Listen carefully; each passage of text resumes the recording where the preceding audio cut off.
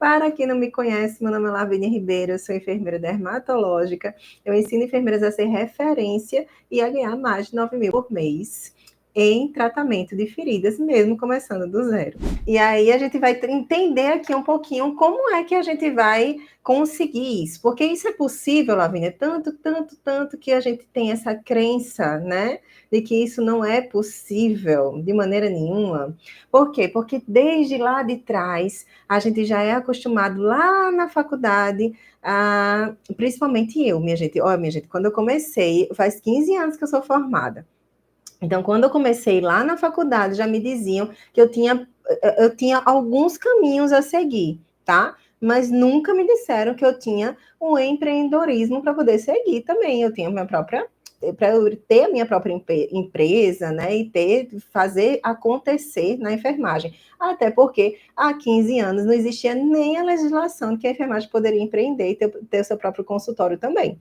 Então, hoje a gente está vivendo uma nova era, já está muito diferente, e a gente tem que abraçar isso e tem que enxergar isso, essas oportunidades com outros olhos. Porque, quando a gente fazia antes, né, a faculdade, o cara que dizia, não sei como é que está hoje, mas o que se dizia na faculdade para a gente, quando para mim, foi que me disseram, eu tinha 3 caminhos para seguir. Eu poderia ir para o hospital, para dentro do hospital, o outro eu poderia ir para a PSF, e o outro eu poderia ensinar em faculdades, né, em universidades, à medida que eu fosse fazendo uma pós-graduação, uma especialização, um mestrado, um doutorado, e aí eu ia seguindo essa carreira da magistratura, digamos assim, né? Essa parte toda de ser professora, né, de faculdade. Então, era isso que me ensinava. Eu tinha esses 3 caminhos para percorrer. Eu sempre gostei muito de ensinar, né? Vocês devem aí já perceber isso. Eu sempre gostei muito de ensinar. Eu aqui, toda vez eu ensino também aqui para vocês nas lives que a gente tem. E eu gostava. Aí a primeira pós-graduação que eu fiz foi de docência do ensino superior, porque eu achava que essa área seria uma boa para eu poder seguir. Só que eu gostava muito do ambiente hospitalar. Eu estagiei nos hospitais, eu estagiei nas unidades básicas de saúde, e eu não me identifiquei com as unidades básicas. Eu preferi muito mais dentro do hospital. Apesar de que, na teoria, eu ficava até me martirizando, assim, sabe? Que eu dizia assim, meu Deus, era para eu gostar mais da unidade básica, porque tem o PSF, e a gente pode, lá é a atenção primária, a gente pode trabalhar mais a prevenção, né? Para a gente não chegar dentro do hospital e estar os hospitais lotados, né? De tanto paciente, porque lá na atenção primária é que a gente vai tratar realmente, a gente vai prevenir várias doenças. Era uma coisa muito linda, né? Na teoria. E aí eu ficava até me sentindo mal, porque eu disse, meu Deus, eu deveria estar indo para a atenção primária, porque é uma coisa muito bonita, realmente, a gente estar atuando nessa área. Só que eu não gostava, eu gostava da agitação. Apesar de vocês me acharem calma, né? E eu sou também, realmente, na maior parte do tempo, mas eu gostava da agitação do hospital. E aí, dentro do hospital, inclusive, muita gente me dizia assim, tinha uma parada, né, dentro da UTI, enfim, aí vinha uma estagiária, uma acadêmica, uma enfermeiranda, que a gente chama, que não sei se aí com vocês também é assim, mas era assim que a gente chamava aqui. E aí, vinha uma enfermeiranda e dizia, meu Deus, eu fico impressionada com a sua calma numa parada. Eu disse, sim, mas eu vou me desesperar por quê? Se eu me desesperar, vai ser pior, né? Vai adiantar alguma coisa eu me desesperar? Não vai adiantar. A gente tem que manter a calma para quando a gente, né, quando acontecer ali, a gente ter discernimento e gerenciar a equipe, liderar essa equipe, né, na hora da parada. Você vai fazer o quê? Você vai para a medicação, você vai para massagem, e assim vai, né? É assim que vai funcionar. Se todo mundo se desesperar, ninguém faz nada, né? Aí as pessoas me diziam muito isso, mas você é muito calma, meu Deus, eu não sei como é que você consegue. Aí eu disse, mas a gente só consegue trabalhar dentro do hospital desse jeito. Se a gente for aperreada dentro do hospital, desanda tudo, né? E eu gostava muito do hospital, muito. A Arlene está dizendo aí que também gosta da agitação, trabalha na emergência. Eu não trabalhava na emergência, trabalhei na UTI, eu já trabalhei na emergência, sim, também, mas não por muito tempo, por um período muito prolongado. Eu preferia mais a parte da internação, que eu fazia vínculo com os pacientes, aí eu gostava da internação e eu gostava da UTI. E principalmente da parte de UTI eu gostava mais ainda. E eu fui coordenadora, inclusive, na UTI neurológica. E aí eu amava, e eu gostava de estar dentro do hospital mesmo, de verdade. Então, assim, dentro do hospital, para mim, era a melhor opção. Lá atrás, quando eu pensei, o que é que eu vou fazer depois que eu me formar, tá? Aí eu peguei, coloquei o currículo nos hospitais, não procurei nada de PSF, não procurei fazer concurso, nada disso. Aí eu disse, eu vou para dentro do hospital. Eu botei vários currículos nos hospitais e no dia da minha colação de grau, eu fui chamada por um hospital que eu já tinha feito a seleção, todas as etapas de seleção, antes mesmo de colar grau. Eu tinha feito a prova, eu tinha feito a parte da dinâmica de grupo, eu tinha feito todas as etapas da seleção. E aí, no dia da minha colação de grau, eu estava me arrumando no salão, aí eu recebi a ligação dizendo que eu tinha sido aprovada na seleção e que eu poderia já começar, né, assim que eu tivesse toda a documentação pronta.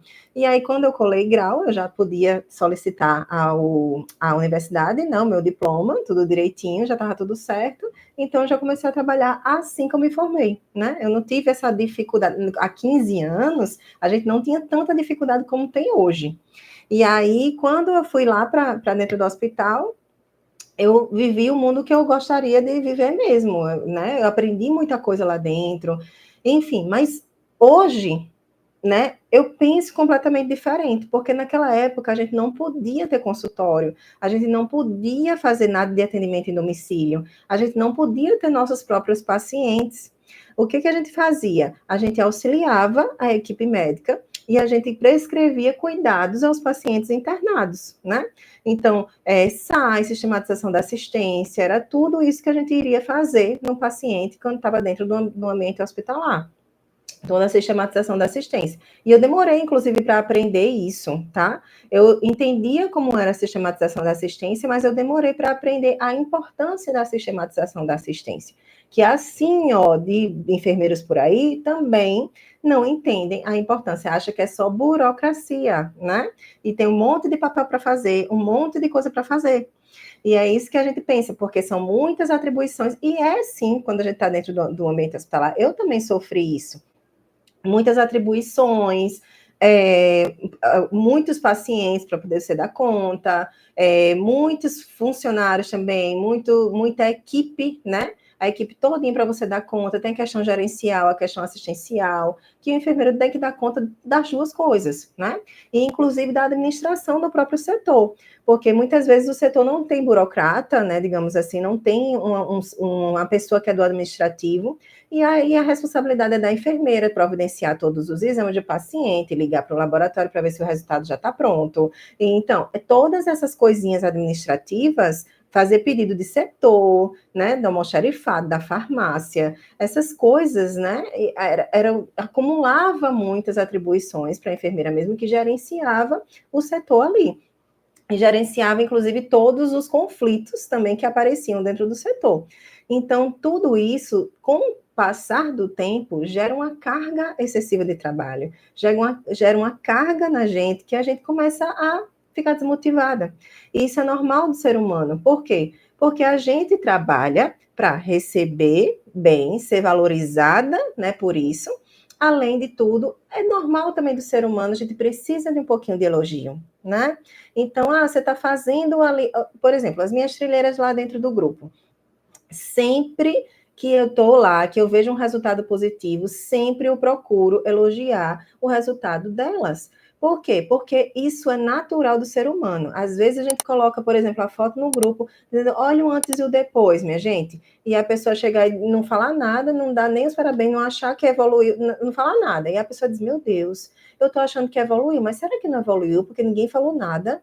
Ninguém disse, ai, que bom, que massa, parabéns, né? Ninguém disse nada disso. Mas aí a gente começa a se questionar, né?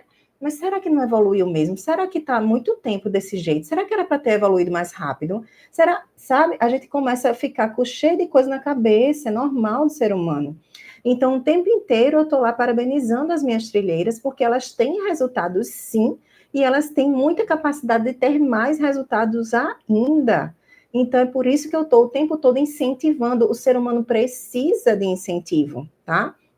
Então, esse incentivo nos move para a gente ter muito mais além. Então, como é que a gente vai ter, Lavínia, por exemplo, um salário desse, que é muito além, inclusive, do piso salarial? Porque a gente luta, luta, luta, luta, né, por esse piso, é uma luta sem fim por esse piso, e a gente termina morrendo na praia. Tem empregador que está pagando, tem empregador que não está pagando, e a gente fica à mercê disso aí. Eu hoje, graças a Deus, eu nem sei quanto é o piso, nem tenho essa pretensão de estar olhando, realmente eu nem fico olhando as notícias, nada disso, porque eu não dependo disso, e eu ensino as minhas alunas a não depender também disso, tá?